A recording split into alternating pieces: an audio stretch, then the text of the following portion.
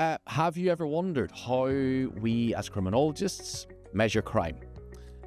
Is it, do you think, as simple as counting arrests and convictions? Well, today we are going to dive into the topic of crime statistics, and you might be surprised by what you might pick up.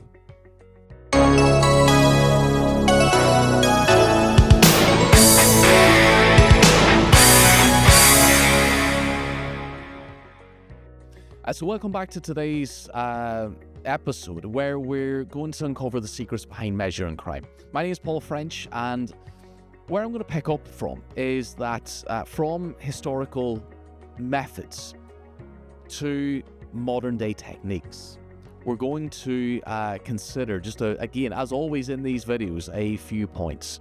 But before we dive in, as always, there are a couple of, I hope, lesser known facts for you that might give you a little bit of intrigue about crime measurements. The first is that the term dark figure of crime refers to the vast amount of crime that goes unreported and is never captured in official crime statistics. So for example, when you hear in the news that certain types of crime are rising or decreasing, for example, quite often that news report is pulling those statistics from what we call official crime statistics, those crimes that have been reported to the police. But for a whole array of reasons that I'm not going to go into in this video, a lot of crime is not reported.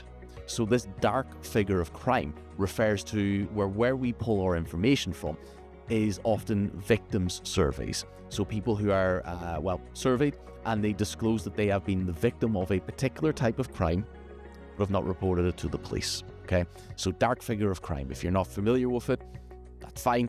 If you're a criminology student, you probably are. It's one of the first sort of maybe new terms that you'll encounter very early on. Another fact is that in the 19th century, a Belgian scientist, one that we're going to refer to a bit in this video, called Adolphe Quintelet, was originally an astronomer, and he became, though, eventually, one of the first scholars to systematically study crime statistics. So he's quite influential in this particular topic, is Adolphe Quintelet. So, as we often do, let's journey back a little bit in time to understand how crime and violence have been recorded throughout history.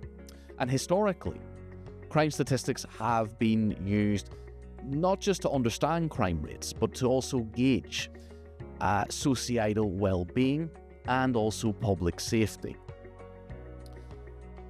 But we'll pick up in 1827 when France published the first national crime statistics. And this was, at that particular time, a revolutionary step in understanding crime on a broader scale.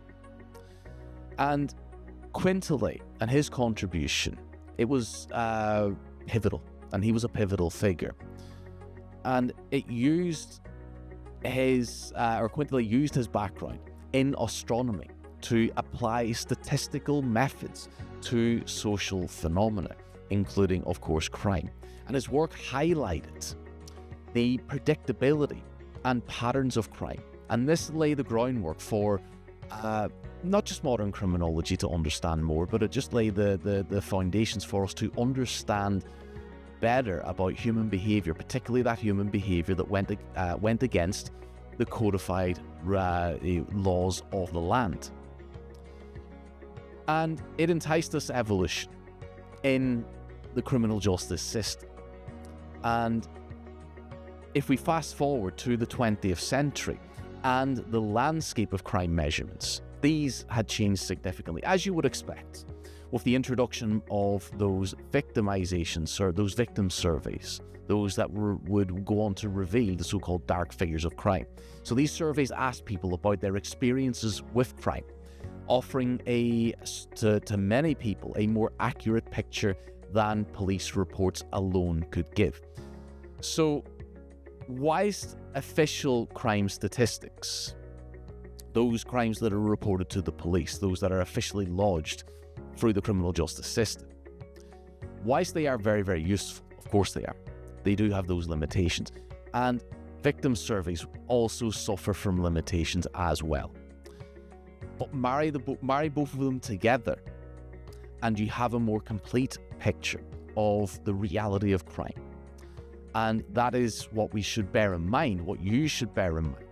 If you are faced with let's pick a tabloid, a Daily Mail, Daily Express, whatever, headline that says, crime is on the up this year, be wary of that, because generally speaking, as I've mentioned in previous videos, crime trends, particularly since the 1990s, are on a downward slope. So we should always be mindful that statistics can be flawed. And again, if you are a criminology student, then you will likely know this already. If you're not, then it is something that we highlight to students as early on in their criminology degrees as we can, because they're going to lean into these statistics in their research, in their assessments and things like that as they move on. And it's useful for you to know as well. Even if you're never going to be a criminology student, know the statistics are useful, but they can be flawed, okay? So early crime statistics were primarily collected by law enforcement, but they missed a lot of unreported crime. And Quintella's statistical approach, it revolutionized our understanding of crime patterns. And modern victimization surveys, they do provide a more comprehensive view of crime trends, capturing the experiences of those who may not report crimes to the police.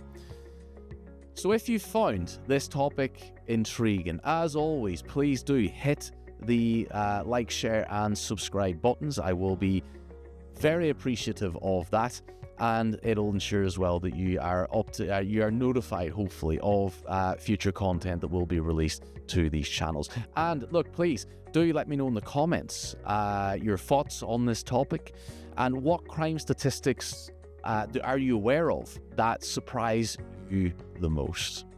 So that's it. Thanks for watching, and as always, I will see you guys again next time.